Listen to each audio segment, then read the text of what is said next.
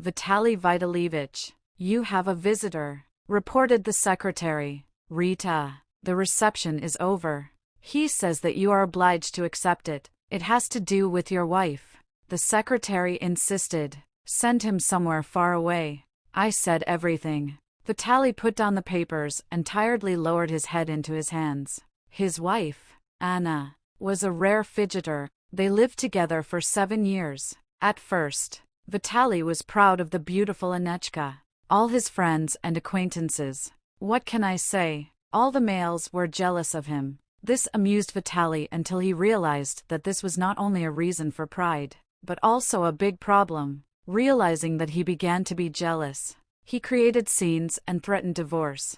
And Anna batted her long eyelashes and swore eternal love to him. Vitaly was angry, but believed her. Surprisingly, Anna had the talent to get away with it. How many times did Vitaly hire private detectives and conduct surveillance? Everything is to no avail. We checked everything. Your wife is clean. We checked everything. She was in the store with a friend. We checked everything. Anna Pavlovna went out of town to visit relatives. There were many excuses. And Anna had even more fans. It seemed to Vitaly that Anna captivated everyone, even those whom he bought a detective, a photographer. No one wanted to bring him dirt on the beautiful Anechka. But Vitaly clearly knew when Anna began a new relationship, and when there were breaks. It's a paradox, but with a new man, she changed before our eyes, became more tender, more affectionate, and more attentive to her husband. It's not my fault that they don't give me access, she said embarrassedly, throwing away another bouquet. And it's my fault. Vitaly tried to make trouble, but Anna calmed him down, and everything became fine again. He worked. She wasted her life, spending his money and having fun. Honey, understand.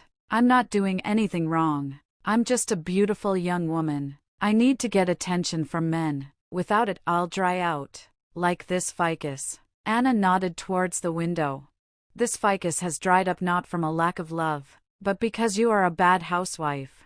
I could have watered it. Vitaly snorted. Do you only need me for housework? Did you marry the housekeeper? Anna pouted. I got married so that you would be my wife, Vitaly said firmly. Mine. I see. Yes, darling. I'm yours. And it all started again. Why did he stay with her? Because she was beautiful, educated and, it seemed banal, but Vitaly Vitalievich loved his wife. He couldn't imagine himself with another woman. He was pleased and comfortable that, returning home, she met him in a beautiful silk robe and listened to him about how his day went. And what she did while he was working. Vitaly Vitalievich preferred not to think about this, until one of his friends told him that he saw her with a man. You're probably confused. Vitaly waved it off. At that time Anya was with me. Yes. Well, I'm sorry. Vitaly lied. Heavy thoughts about divorce settled in his soul. But things didn't go further than thoughts. Inspections began in his company, and Vitaly had to focus all his attention on work matters. Trouble did not come alone. Suddenly, a new trouble happened. His mother became seriously ill. Anna, not a stupid girl, had a wonderful relationship with her. Galina Gavrilovna loved her very much, and Vitaly was afraid to tell his mother that he was going to get a divorce. Moreover, Galina Gavrilovna insisted on grandchildren. I want to see my grandchildren while I'm alive. Just try. Of course, Galina Gavrilovna. I just want children, Anna said. I've already looked into a trip to the springs. They say there is healing water there. I'll come and immediately take care of the grandchildren. Vitalik and I would go together. But he doesn't want to leave you. Yes, I'm not going anywhere, Vitaly snapped. It was easier for him to pay for Genya's trip. He did not have the strength or time to argue with Anna. Anna left alone. But the checks and bills paid by Vitaly said otherwise. Vitaly no longer paid attention to this. Galina Gavrilovna was fading away before his eyes, so he temporarily forgot about Genya and other matters. I forgot until an unknown man came into his office. But Vitaly did not want to communicate with him. One of many, perhaps a former lover, or a secret admirer. Who cares? he thought, forbidding the secretary to let him in. A couple of hours later, Vitaly finished his business, closed his office and went to the parking lot. But near his car, a man stood with his arms crossed over his chest. "You got something mixed up.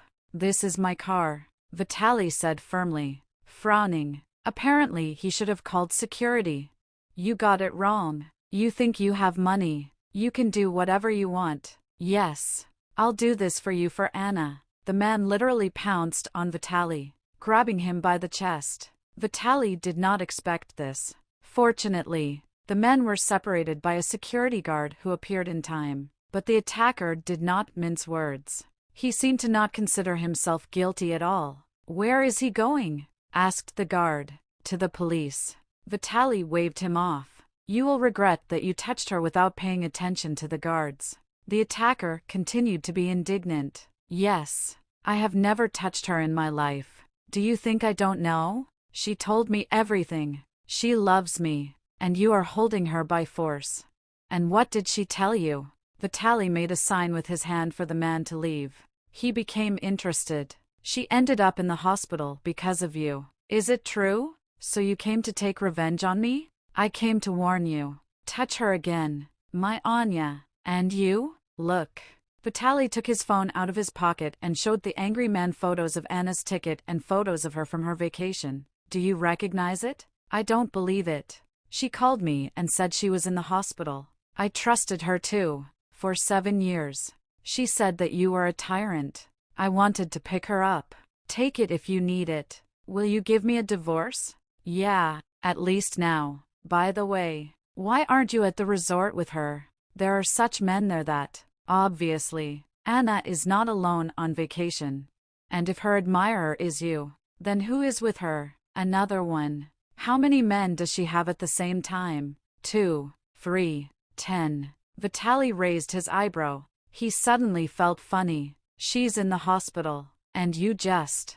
The man's voice didn't sound so confident anymore. "Hello, dear." Anna's voice silenced everyone. "How are you resting, Anne?"